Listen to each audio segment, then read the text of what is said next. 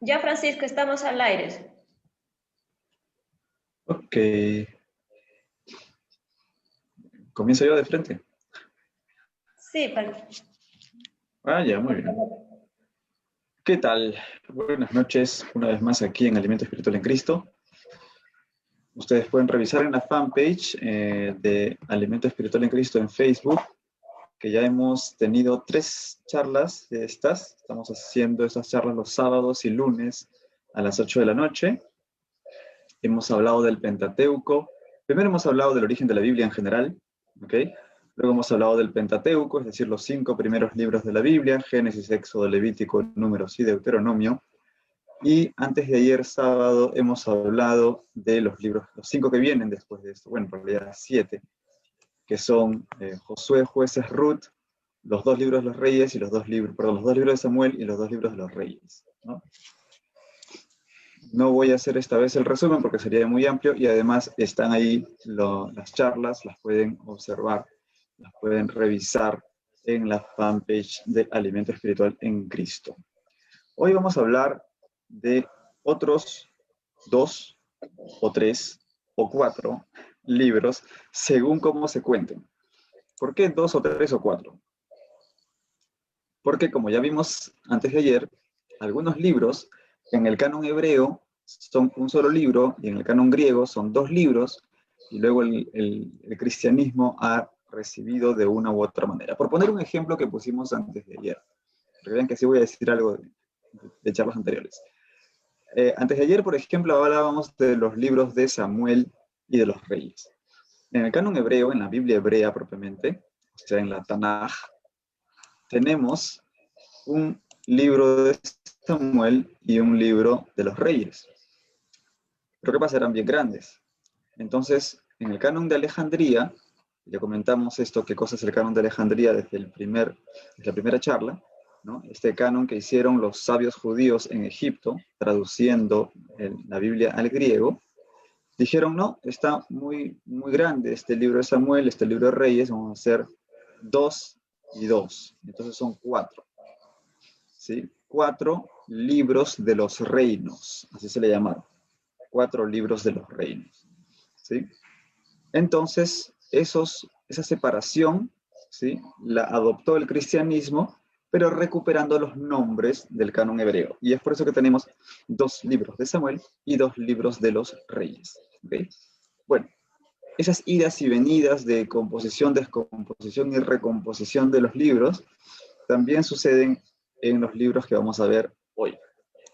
En el canon hebreo, los 2 últimos libros del canon hebreo son un libro que trata sobre Esdras y Nehemías, un solo libro, y un libro de las crónicas. Son los 2 últimos libros de los Ketubim. ¿Se acuerdan qué cosa era la Tanaj? ¿Sí? Tenemos Tanaj, es el Antiguo Testamento para nosotros, es la Biblia para los judíos, ¿sí? La Tanaj, Tanaj, Torah, Nebihim, Ketubim, la ley, los profetas y los escritos. Eso ya lo hemos visto antes. ¿Ok?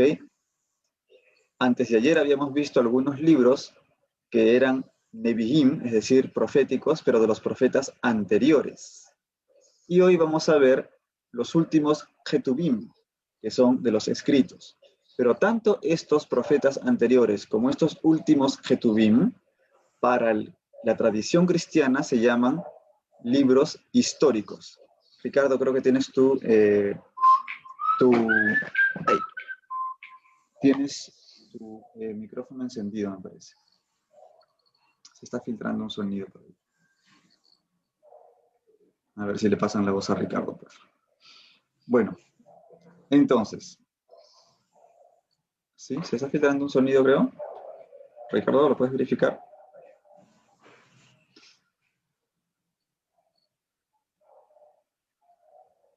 Sí, ¿no? A ver. Bueno, ya. Entonces, decíamos, en el canon así, estos primeros proféticos y estos últimos Ketubim escritos, para la tradición cristiana se llaman libros históricos. Antes de ayer habíamos visto que era importante saber que en la composición original no se llamaban históricos, sino que esa es la percepción occidental del asunto.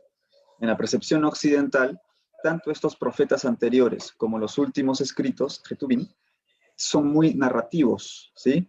Hablan mucho de hechos, historias, y entonces lo percibimos a nuestra forma occidental como libros históricos, pero no son propiamente libros históricos en el sentido originalmente occidental.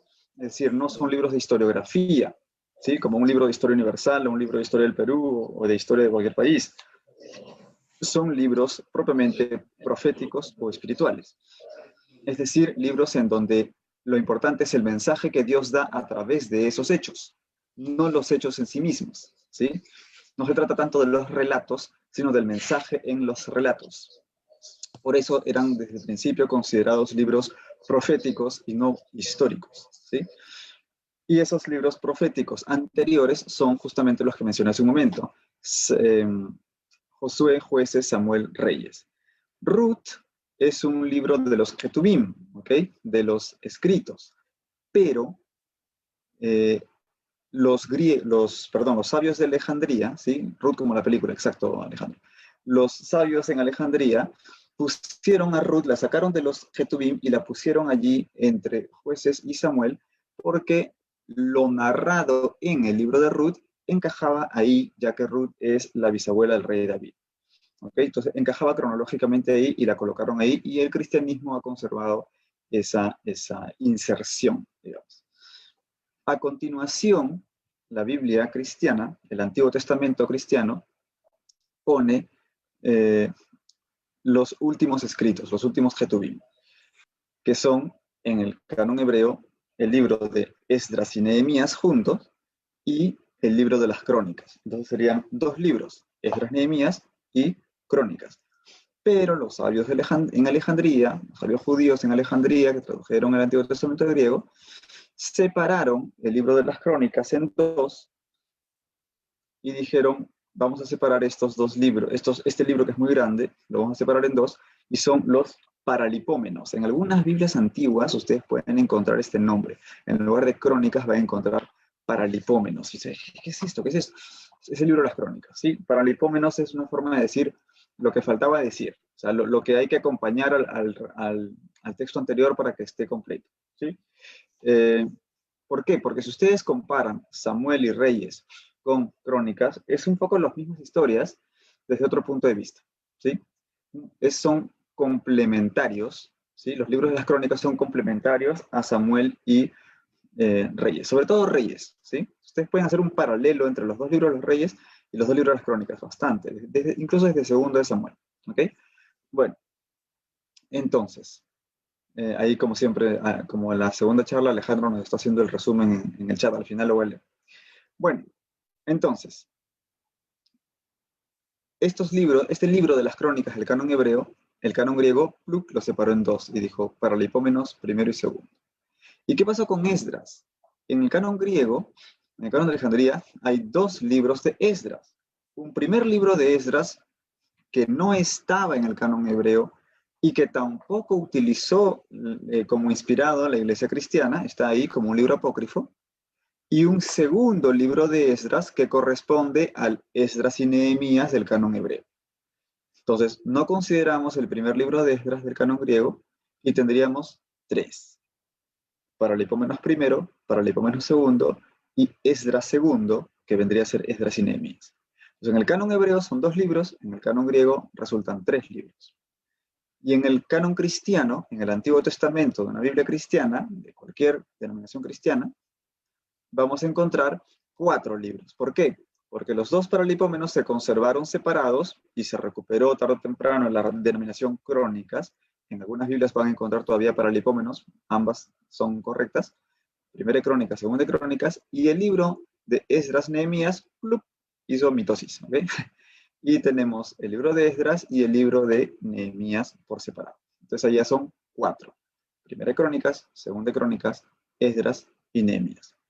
Entonces, por el orden que tienen, justo los dos libros de las crónicas vienen después de los dos libros de los reyes.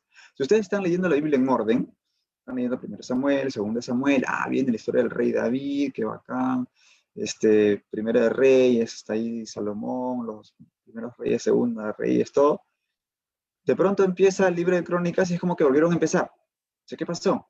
¿No continuaba? ¿Qué pasó ahí, no? Entonces, bueno, ¿qué estuvo pasando en ese momento?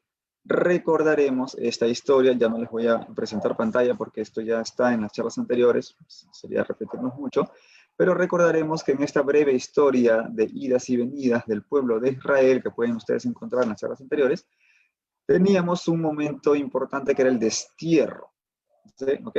A mediados del siglo VI antes de Cristo, estuvieron aproximadamente unos 50 años desterrados los hebreos en Nínive y Babilonia. Bueno, en Babilonia principalmente. ¿Okay? Y luego el rey de Persia los libera y regresan. ¿Okay?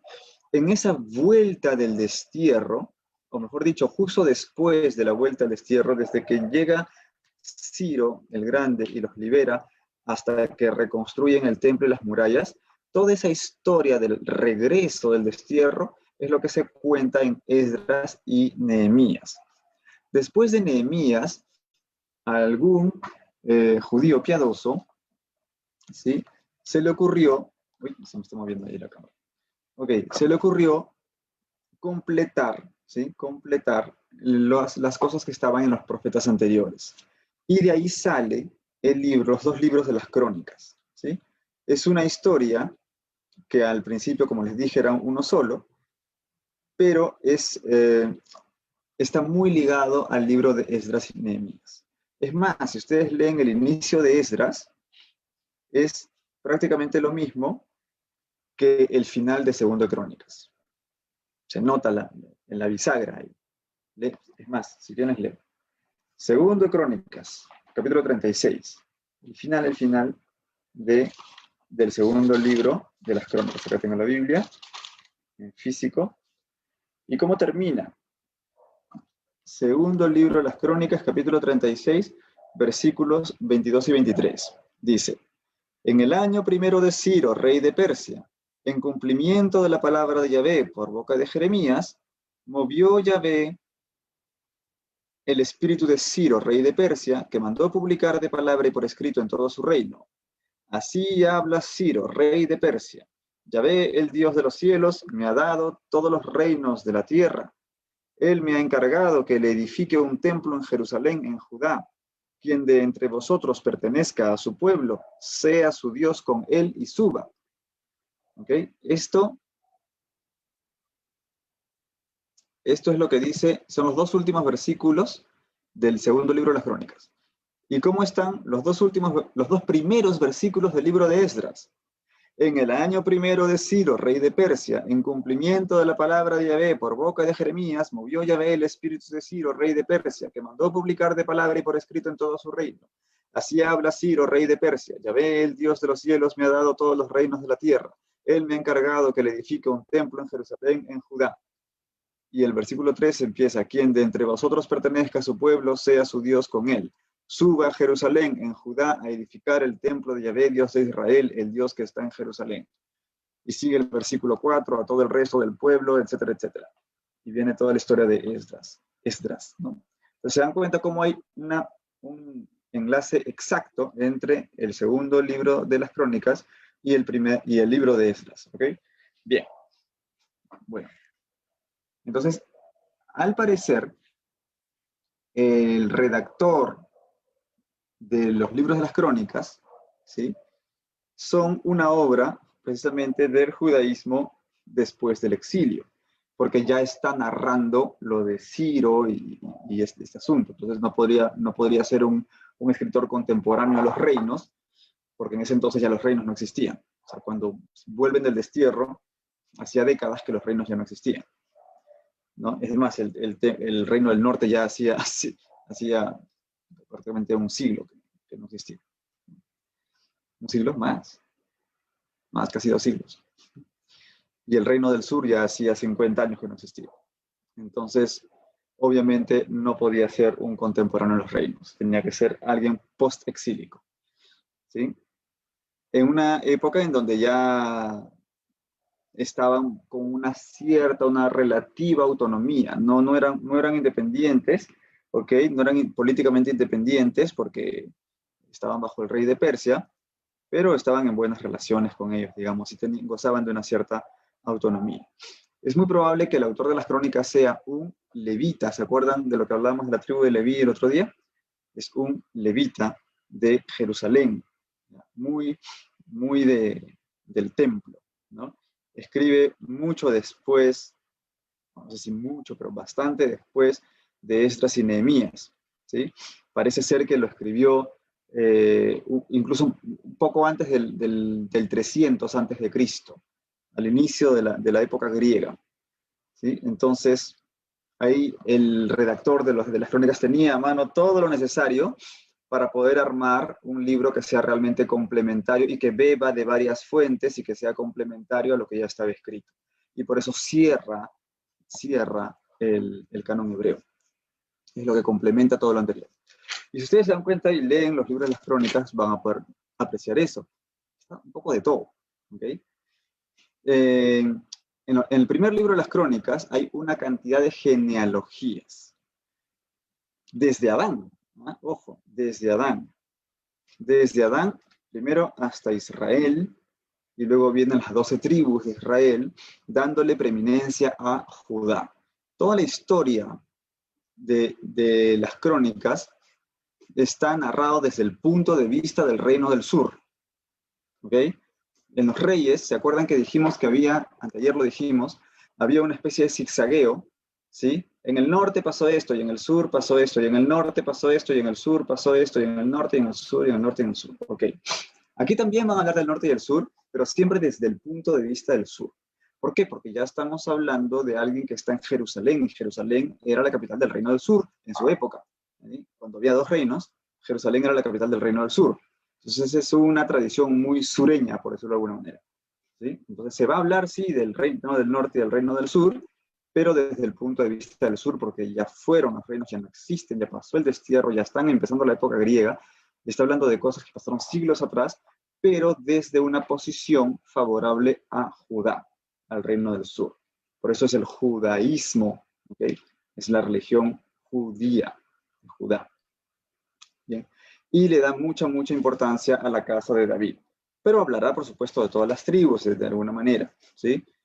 Entonces, ahí van a tener ustedes, primero, recapitulo, desde Adán hasta Israel, luego la tribu de Judá principalmente, la casa de David más específicamente, y luego ya las otras tribus del sur, y después las tribus de Transjordania, o sea, de más allá del Jordán, la tribu de Leví, que es tan especial, y él era un levita, así que de la tribu de Leví se despacha bien, ¿no? Y después ya las tribus del norte al final, ¿no? Luego va a hablar un poquito más de Benjamín y Jerusalén, que estaban también con Judá en el sur, y así termina hablando de Saúl, que era el predecesor de David. Recordaremos que de Saúl se había hablado en el primer libro de Samuel, ¿sí? En el primer libro de Samuel. Entonces ya nos pusimos al día, solamente con unos 10 capítulos, ya nos pusimos al día hasta el libro de Samuel. ¿Ok? Claro, no ha hablado de las historias, del Génesis ha dado solamente las genealogías, ¿sí? De lo que son historias propiamente recién va a hablar ahora, recién desde Saúl, ¿ok? Entonces, como dije hace un rato, Crónicas va a ir un poco en paralelo con Samuel y Reyes, sobre todo con Reyes, pero también con Samuel. Lo anterior a Samuel solamente traza genealogías desde Adán. Luego viene la segunda parte de este primer libro de las Crónicas, a partir del capítulo 11, donde se ocupa de David, y David, ¿okay? Que es lo que era el segundo libro de Samuel. Entonces ahí vamos a encontrar la monarquía de David propiamente, ¿no? Cómo es el rey David, pero también va a hablar del arca en la ciudad de David. Es algo muy importante porque es centralista en el templo, ¿verdad? Aquí vamos a encontrar bastantes paralelos con segundo de Samuel, con el segundo libro de Samuel. Y luego ya va llegando hacia la construcción del templo, ¿sí? Entonces aquí ya habla de la organización de los levitas, los sacerdotes. Eso es lo que le importa mucho al redactor de las crónicas, porque recordemos, como dije hace un momento, es un levita, es alguien que está muy ligado al templo. Y ahí acaba el primer libro de las crónicas, que tiene 29 capítulos. Luego viene el segundo libro de las crónicas, que está emparentado con los libros de los reyes, ¿sí? Entonces, primer libro de las crónicas está en paralelo con los libros de Samuel, sobre todo segundo Samuel. El segundo libro de las crónicas está emparentado con los dos libros de los reyes, ¿sí? Arrancamos con Salomón y la construcción del templo propiamente dicho. Ya hemos visto que le importa mucho el templo al cronista y habla mucho, mucho de Salomón. Y luego habla de las primeras reformas de la monarquía, de que se divide el reino de Salomón, mejor dicho, después de la muerte de Salomón, en dos, como vimos en Primero Reyes, ¿sí? Roboán, el hijo, ¿no? El hijo de Salomón, ¿no? Uno de los hijos de Salomón, el sucesor de Salomón, digamos, y la reagrupación de los levitas, nuevamente, importancia a los levitas.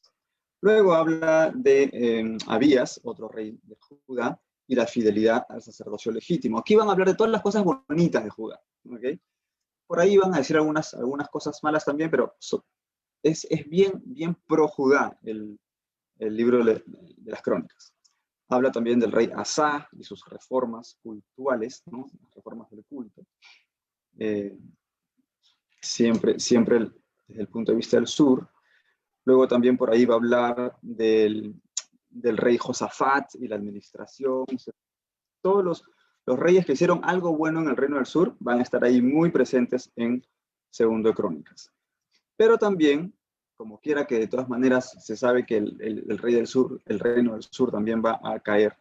Entonces tarde o temprano van a tener que hablar de las cosas malas que hubo.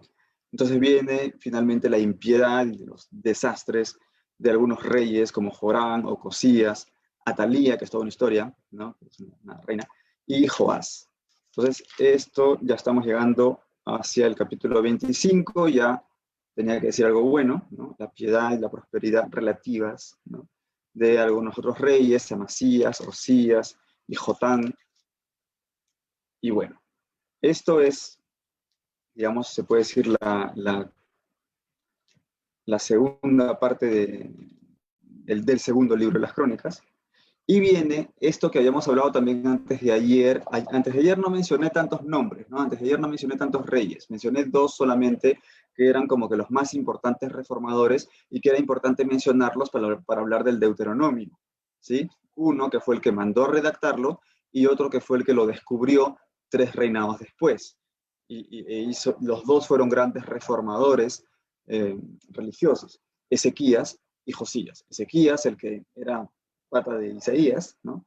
Isaías era su consejero real, y Josías, el que hizo la última gran reforma que reunió todo el pueblo y dijo, hemos descubierto la ley, segunda ley, el Deuteronomio, vamos a reforzar nuestra alianza con Dios y bla, bla, bla. Okay.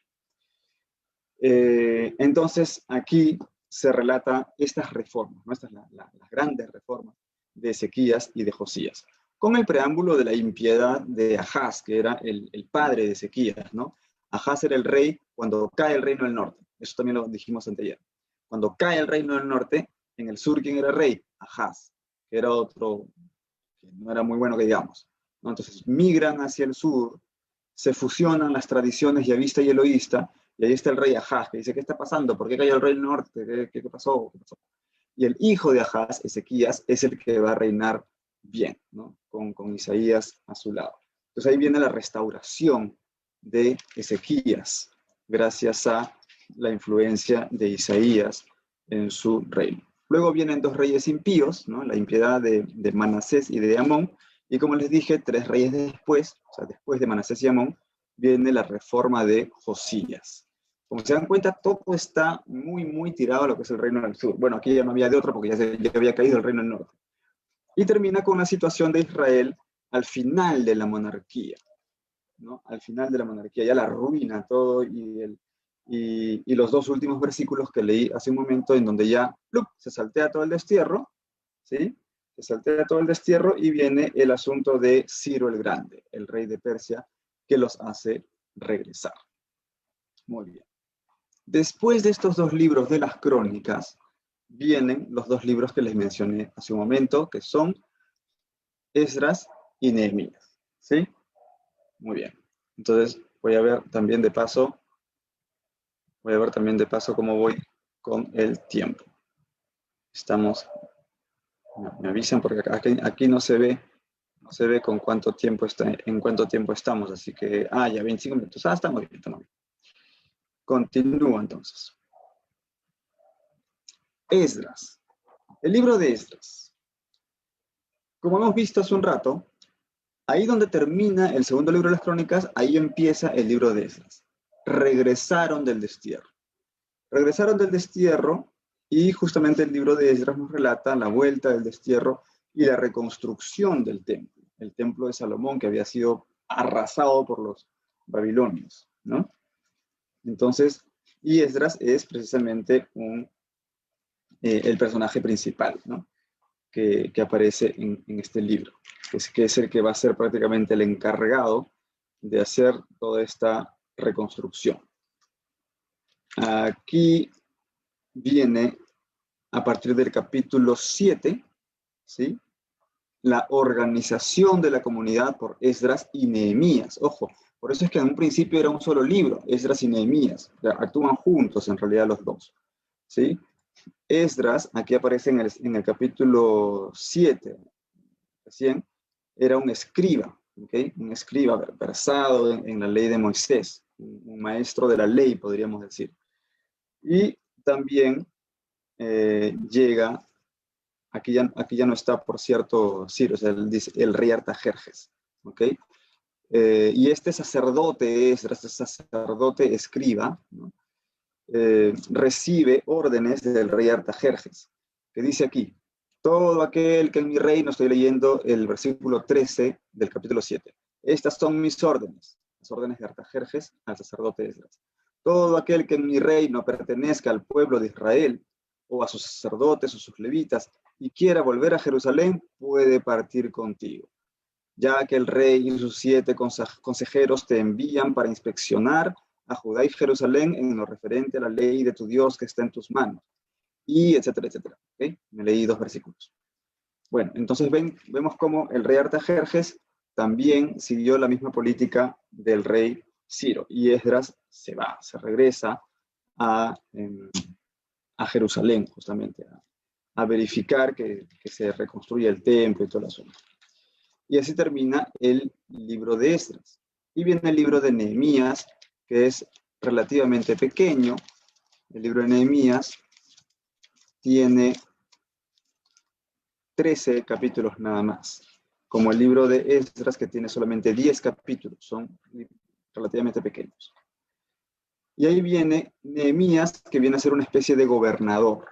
Esdras viene a ser el sacerdote y Nehemías una especie de gobernador. Como les digo, tenían cierta autonomía. El libro de Nehemías es bastante lineal y narrativo, ¿ok? Y aquí con Esdras y Nehemías es que nace propiamente el judaísmo. Recuerden que ya más de una vez les he dicho que después de todas estas idas y venidas, cuando el reino del norte y el reino del sur caen sucesivamente, son deportados y después de décadas regresan gracias a los persas, recién a la vuelta del destierro se instituye propiamente lo que es el judaísmo. Y esto es aquí en el capítulo 8 del libro de Nehemías, que dice así: todo el pueblo se congregó como un solo hombre en la plaza que está delante de la puerta del agua. Dijeron al escriba Esdras que trajera el libro de la ley de Moisés que Yahvé había prescrito a Israel. ¿Qué cosa será este libro de la ley de Moisés? Si han estado atentos a las charlas anteriores y a las recapitulaciones que he hecho, ¿qué viene a ser este libro de la ley de Moisés? ¿Cuál de todos los libros que tenemos en la Biblia vendría a ser este libro de la ley de Moisés? ¿Qué me puede decir? Ricardo, Karen, Alejandra, no sé si quieren decirlo en micrófono o si lo quieren escribir. Dice que le dijeron al escriba Esdras que trajera el libro de la ley de Moisés que Yahvé había prescrito a Israel. ¿Cuál sería este libro de todos los que ya hemos mencionado? Ya con lo de hoy, ya vamos 21 libros. ¿Cuál de todos estos libros sería, perdón, 21, dije? 5, 7, ya he sumado mal. Vamos, 16 libros. ¿Ok? Entonces, ¿cuál de todos esos libros sería el libro de la ley de Moisés que Yahvé había prescrito a Israel? La pregunta está un poco tramposa porque he dicho cuál de los 16, pero en realidad no es que sea uno solo. ¿Sí? ¿Qué viene a ser este libro de la ley? Están tímidos, no se animan a contestar. No sé si en el chat de Alimento Espiritual en Cristo está, no está. Dice Alejandro, probablemente el Deuteronomio, la segunda ley, porque es algo parecido a lo que había pasado con Josías, ¿no? Josías habló de la ley y era ese Deuteronomio. Pero ya en la institución del judaísmo, la ley viene a ser la Torá, que habíamos mencionado, que todo el Antiguo Testamento es la Tanaj, porque es Tanaj, ¿ok? Torah, Nebihim, Ketubim. Esa Torah es la ley, la que estaba en 5 rollos, ¿sí? Los 5 quintos o las 5 quintas partes de la ley. Todo eso era la ley, lo que actualmente se llama el Pentateuco, ¿sí? Entonces, eso es el libro de la ley de Moisés, es el Pentateuco, que para nosotros son 5 libros en realidad: Génesis, Éxodo, Levítico, Números y Deuteronomio. ¿Okay? Y eso es solamente el versículo 1 del capítulo 8. Prosigo en versículo 2. Trajo el sacerdote Esdras la ley, el Pentateuco, es decir, la ley ante la asamblea, integrada por hombres, mujeres y todos los que tenían uso de razón. Era el día 1 del mes séptimo. ¿Ok? Entonces estábamos hablando antes del destierro. Antes del destierro, eso era como el día del año nuevo. ¿Ok? Sino que ya estaba en otro calendario. Entonces estaban recordando la calendarización antigua, digamos. En el día 1 del mes séptimo, que era el antiguo año nuevo. Versículo 3, leyó una parte, claro, los 5 libros no se va a leer, leyó una parte en la plaza que está delante de la puerta del agua. ¿Okay? Ojo, esto es en terreno no sagrado, o sea, es al sudeste del templo, ¿okay? No en el mismo templo, afuera, en la gente, en medio del pueblo. Desde el alba hasta el mediodía, lo que le alcanzó para leer desde que salió el sol o desde que está despuntando el sol hasta el mediodía. En presencia de los hombres, en presencia de los hombres, las mujeres y todos los que tenían uso de razón, vuelve esta expresión. Y los oídos del pueblo estaban atentos al libro de la ley. ¿Okay? Estos son los 3 primeros versículos del capítulo 8, que es muy importante porque es como que la institución del judaísmo, como les dije.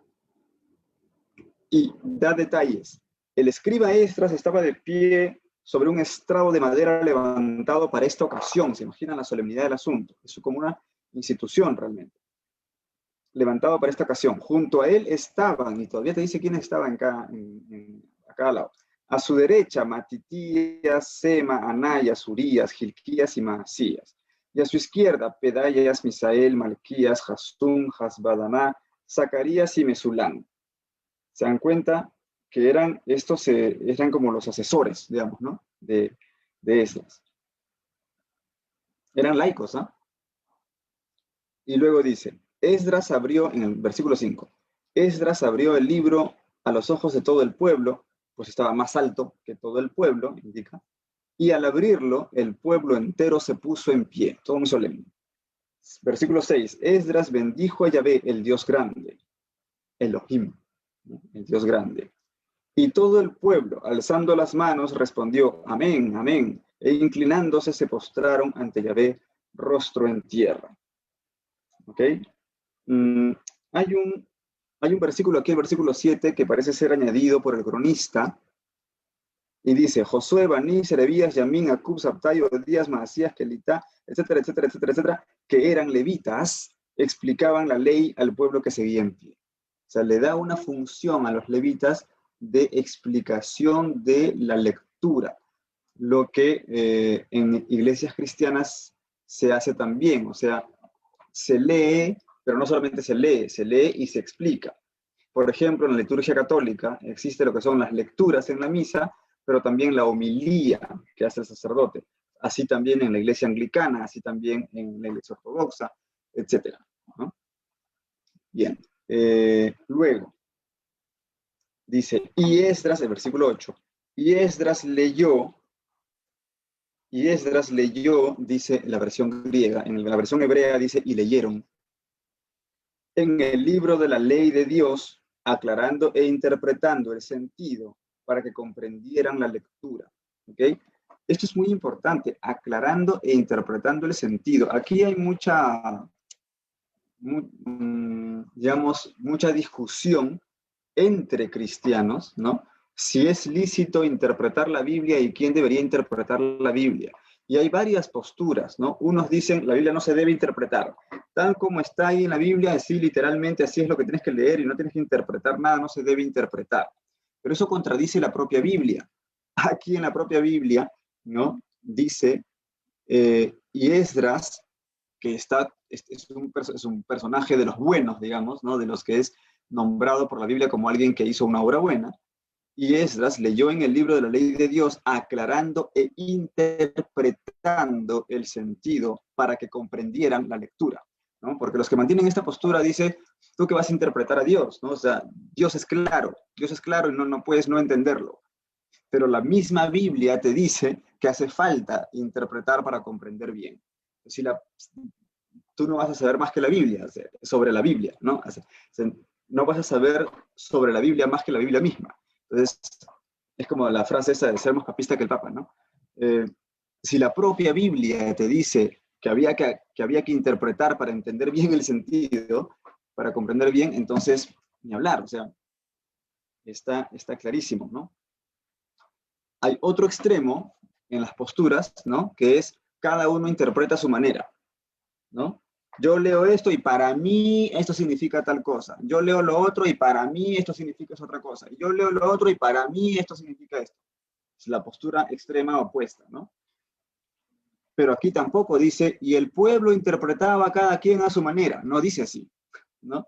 Entonces hay una postura intermedia, hay una postura equilibrada, que es que sí, hay que interpretar, pero tiene que interpretar a aquel que haya estudiado. Es decir, Esdras, el sacerdote, escriba, versado en la ley, Esdras leyó en el libro de la ley de Dios aclarando e interpretando el sentido para que comprendieran la lectura. Es decir, que hay un magisterio, es decir, hay un sacerdocio o un estudio que hay que hacer, personas que estudian la ley, personas que estudian la escritura y que son los que, y además consagrados, porque Esdras era un sacerdote, ¿no? Que son los encargados de interpretar, ¿no? Muy bien. Luego viene el versículo 9, este capítulo 8 de Esdras es importantísimo. Viene el versículo 9 que dice, entonces Nehemías el gobernador y Esdras el sacerdote escriba y los levitas que explicaban al pueblo, dijeron a todo el pueblo. Ojo que aquí también hay manuscritos en donde este versículo dice así, entonces Esdras el sacerdote escriba dijo a todo el pueblo, solito Esdras, ¿ok? Pero al parecer nuevamente el cronista junta fuentes y ya da más detalle. Entonces Nehemías el gobernador y Esdras el sacerdote escriba y los levitas que explicaban al pueblo, dijeron a todo el pueblo, este día está consagrado a Yahvé vuestro Dios. No estéis tristes ni lloréis. ¿Qué tal orden, no? Oye, es un día consagrado, no se puede estar triste, ¿no? Hay una canción bien antigua también que cantaban en iglesia, no puede estar triste el corazón que alaba a Cristo, no puede estar triste el corazón que alaba a Dios, ¿no? La alegría es un síntoma de la comunión con Dios, ¿no? Entonces, este día está consagrado a Yahvé, vuestro Dios. No estéis tristes ni lloréis. pues todo el pueblo lloraba al oír las palabras de la ley. ¿Cómo sería su conciencia? ¿No? Todo el pueblo lloraba al oír las palabras de la ley. Dice, un momento, ¿qué pasa? No lloren, no se pongan así. Esto es consagrado a Yahvé, esto es buena noticia, ¿no? No hay que estar tristes, no hay que llorar.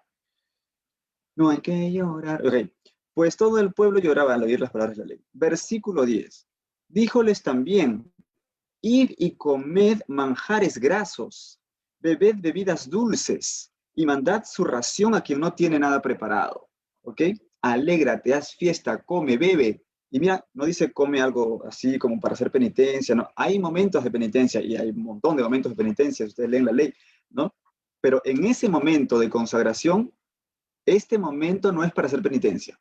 Este momento es para hacer fiesta, para alegrarte, para comer y beber, pero no para comer y beber solo, para comer y beber y compartir lo que comes y bebes con el que no tiene. ¿Sí? Mandad su ración a quien no tiene nada preparado. No es un come, bebe y despreocúpate de todo, ¿no? Es come, bebe, pero en comunidad, compartiendo. Porque este día está consagrado a nuestro Señor. Y repiten, no estéis tristes. La alegría de Yahvé es vuestra fortaleza. Importante eso.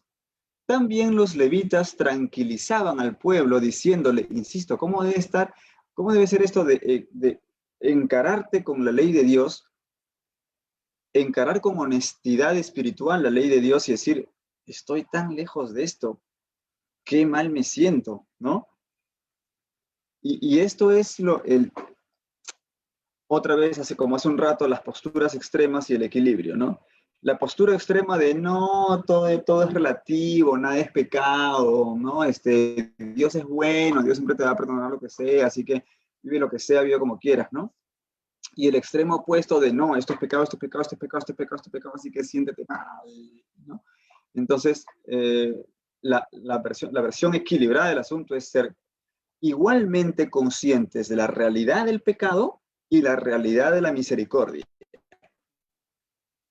Ni una ni la otra por separado o aisladamente, digamos, ¿no? El pecado es una realidad abrumadora si no eres consciente de la misericordia, pero la misericordia es una realidad que te puede relajar moralmente si no eres consciente de la realidad del pecado. O sea, ambas realidades son igualmente importantes y juntas, ¿no? O sea, ser conscientes de la realidad del pecado sin perder la vista de la misericordia, y ser conscientes de la realidad de la misericordia sin perder de vista el pecado. Porque ¿qué sentido tiene la misericordia si no hay realidad de pecado? ¿De qué me están perdonando? ¿Qué bien me están haciendo? ¿Qué bien me hace Dios con su misericordia si no existe el pecado? ¿No? ¿Y qué bien puedo conseguir yo de alguna manera con el pecado si no existiera la misericordia, digamos? O sea, el pecado no me trae ningún bien por sí mismo, ¿no? Es por la misericordia. Pero la misericordia tiene sentido porque había pecado, ¿ok? Entonces, de ahí también el Nuevo Testamento cuando se dice, abundó el pecado, pero sobreabundó la gracia, ¿no? Entonces, sí, la confrontación con la ley de Dios nos genera culpa, pero no se puede uno quedar en la culpa. Entonces ahí viene la tranquilización, ¿no? También los levitas tranquilizaban al pueblo diciéndole, callad, este día es santo, no estéis tristes. Y el pueblo entero se fue a comer y beber, a repartir raciones y a hacer gran festejo porque habían comprendido las palabras que les habían enseñado. Habían logrado comprender este equilibrio entre las exigencias de la ley y el pecado que de ellos se deriva, y el amor de Dios y la misericordia que de éste se deriva, ¿no? Juntos. Ni la realidad del pecado sola te sirve, porque termina según un sentimiento de culpa que te deprime, ni la realidad de la misericordia sola te sirve, porque sin ser conscientes del pecado, la misericordia no tiene sentido, ¿sí? Sería pura relajación moral nomás. Muy bien. Entonces, terminamos con los últimos versículos de este capítulo, que habla ya del siguiente día. Pero bueno, eso ya lo pueden leer ustedes por su cuenta, ¿ok? El punto es que durante 7 días Esdras hizo la misma cosa. Iba leyendo, leía todos los días iba leyendo una parte del libro de la ley, que es este Pentateuco, esta Torá. Y durante 7 días estuvieron haciendo fiesta. Desde el alba hasta el mediodía, leer, y todos escuchaban. Y decía, llegaba el mediodía a comer. Entonces hacían fiesta y repartían raciones y compartían unos con otros. Y el 8º día ya hubo una asamblea solemne. Y el día 24 hubo otra fiesta, y así. Entonces se fueron instituyendo las fiestas del judaísmo. Estas fiestas son la del capítulo 8, es la fiesta de las tiendas. ¿Ok? Bien. Y bueno, etcétera, etcétera. Ya leanlo ustedes. Se construyen las murallas de Jerusalén, se dedican las murallas de Jerusalén, y acaba el libro de Nehemías. Y así tenemos los 4 libros de hoy, que en el canon hebreo eran 2, que en el canon griego eran 3, que para nosotros son 4, pero el contenido es el mismo, sino que cómo se separan los libros, ¿no? Entonces tenemos los 2 libros de Crónicas, que como vimos, el primer libro de Crónicas es más o menos paralelo a los de Samuel, sobre todo el segundo de Samuel. El segundo libro de Crónicas, que es paralelo a los 2 libros de los Reyes. Esdras, que relata la vuelta del destierro y la reconstrucción del templo, dirigido y vigilado y supervisado por el sacerdote escriba Esdras. Y el libro de Nehemías, en donde está la misión de Nehemías como gobernador, al lado de Esdras, que es quien instituye el judaísmo en el capítulo 8 de Nehemías. Muy bien. Antes de pasar a alguna eventual pregunta, me gustaría leer esto que escribe aquí Alejandro en el chat y que no se ve en la fanpage del Facebook. Dice Alejandro, ejemplo, los libros de Samuel y Reyes en el canon, ¿por qué dice ejemplo? No sé. Los libros de Samuel y Reyes en el canon de Alejandría, ejemplo de cómo en un canon es una cantidad de libros y en otro canon es otra cantidad de libros, pero al final el contenido es el mismo. Los libros de Samuel y Reyes en el canon de Alejandría, con los libros traducidos al griego, se dividieron en 2, siendo 4 libros que fueron agregados a la Biblia con sus títulos originales. ¿Sí? O sea, primero Samuel, segundo Samuel, primero Reyes, segundo Reyes. Luego dice, hoy Esdras y Nehemías, está hablando del libro de los Ketubim, que es un solo en el canon hebreo, y también es uno solo en el canon griego, pero en la recepción cristiana, tarde o temprano se dividió en Esdras y Nehemías. Entre paréntesis se ha puesto Ezra, Alejandro, con el dato erudito. Ya. Ruth como la película, sí, eso ya lo habíamos comentado. Paralipómenos o el libro de las crónicas, esos escritos, dice, se consideran históricos por el tipo de relato cuya importancia radica en el mensaje que se da. ¿Sí? Esto ya lo habíamos dicho antes de ayer, y lo repetí hoy. Esto que en las Biblias cristianas se dice libros históricos, no eran considerados como históricos en el canon hebreo, sino que eran algunos proféticos y otros de los escritos, o sea, unos Nebihim y otros Ketubim. Porque lo importante no es los hechos que se narran como un cuentito, sino el mensaje profético que se encierra en los hechos y el mensaje de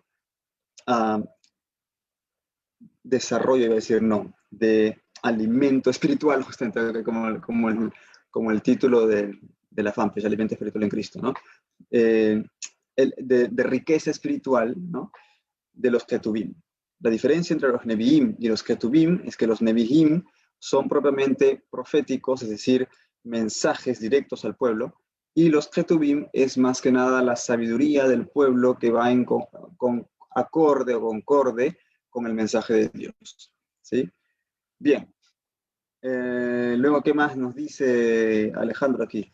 Esdras y Nehemías relata el regreso del pueblo judío y reconstrucción del templo y las murallas, tras la liberación por Ciro, rey de Persia, y también gracias al rey Artajerjes, ¿no? Que continuó la política de Ciro el Grande.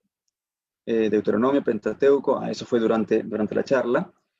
Y por último, los esfuerzos de restauración del culto en este tiempo da como resultado la formación del judaísmo como tal, poniendo como base la ley de Moisés, o sea, la Torá, los 5 libros que contiene. Muy bien. Génesis, Éxodo, Levítico, Números y Deuteronomio, o como puso Karen en el chat también, el Pentateuco, ¿no? Muy bien, ese sería el resumen. Y en los 10 minutos que quedan, se puede absolver algunas preguntillas. A ver. Aló, Francisco. Uy, hay un chillido ahí, Ricardo. Sí. Algo tiene tu micrófono. A ver si usas el otro, porque te veo ahí duplicado. Sí, hay un chillido ahí. Mira, me he sacado los audífonos y aún no lo escucho.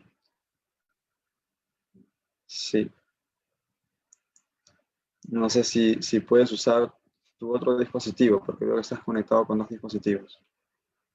O si no, Alejandro o Karen. A ver, ¿quién desea participar?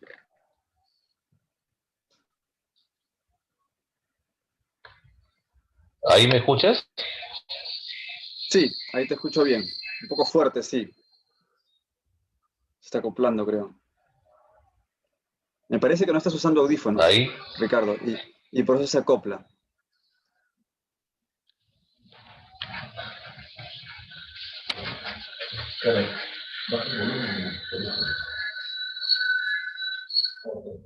Alguien no está usando audífonos, o Karen o tú. Ahora. Pero el problema es que como no usan audífonos, entonces sale el sonido y entra por el otro dispositivo y se hace un círculo y comienza a acoplarse todo. Por eso es bueno siempre estar con los audífonos.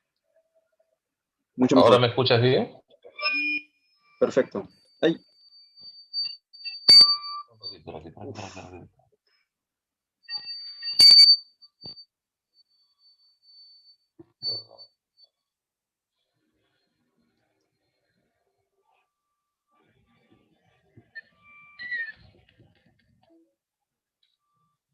Yo creo que mejor muteamos y participamos por el chat, porque como no están con audífonos, entonces, y tienen dispositivos juntos, cercanos, entonces se acopla el sonido y suena muy mal.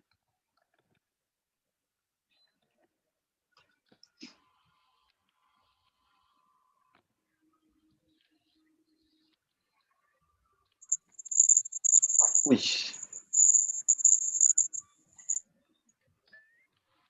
No, muteate. Bueno, No. dejo por el chat. Sigue el chillido. Yo creo que vamos a dejar las preguntas para la próxima charla. Consíganse audífonos.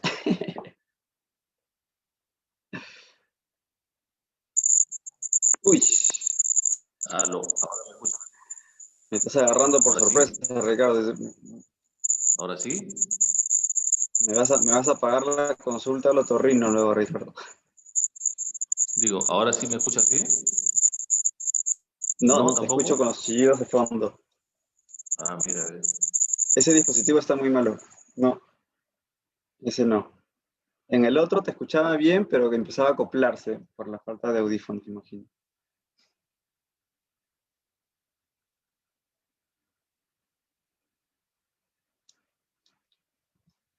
Bueno, ni modo. Vamos.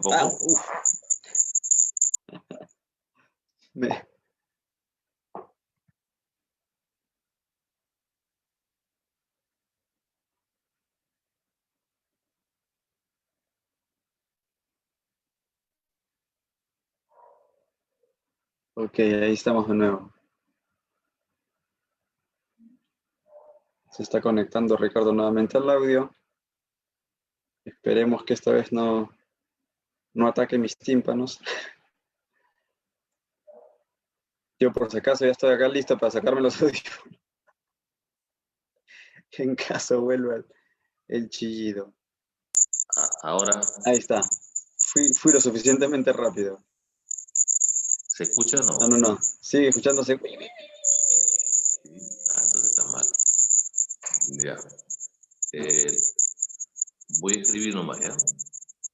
No te escucho porque me he sacado los audífonos, porque se escucha el Mejor por el chat y yo lo leo en voz alta. Y para la próxima no se olviden, por favor, de usar audífonos.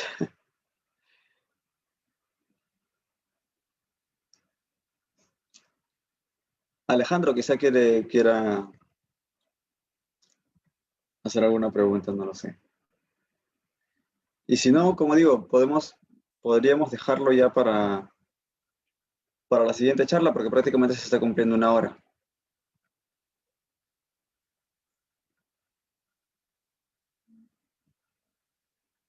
Sí. Uf, Ya. otra vez me Entonces, sorprendiste. ¿le dejamos para la próxima, Francisco? Sí, yo creo que dejamos las preguntas para la próxima, porque esto no se va a resolver fácil. Sigue el chillido muy fuerte. Ya. Mira, tengo a esta altura los audífonos y escucho el chillido. Entonces le dejamos para la próxima y hay que despedirnos. ¿Escuchas? Sí, lo que pasa es que no te escucho, Karen, porque mientras Ricardo siga con el chillido, yo no me voy a poner los audífonos. No, Ricardo, porfa, muteate. ya no está con el teléfono. Pero sí, yo sí lo sigo escuchando, Ricardo. Ricardo, Yo estoy con el teléfono ahora. Porque ¿ahí me escuchas? sí, Aló. Ricardo ha dejado prendido su audio. Tiene que mutearse.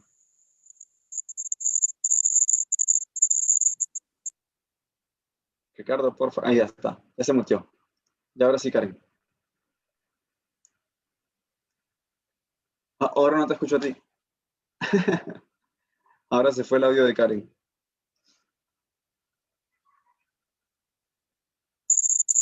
Uy, Ricardo, por favor, no hagas eso. Entonces, yo voy a despedir con una oración, ¿ya? Ricardo, muteate.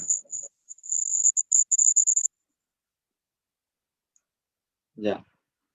O están transmitiendo desde el mismo dispositivo, no sé, no entiendo qué está pasando. Porque cuando Ricardo se mutea, ya no te escucho a ti, Karen. No, Karen, ya no te escucho. ¿Hay alguna interferencia extraña entre tu dispositivo y el de Ricardo? Y o los escucho a los dos, pero con el chillido de Ricardo, o no escucho a ninguno.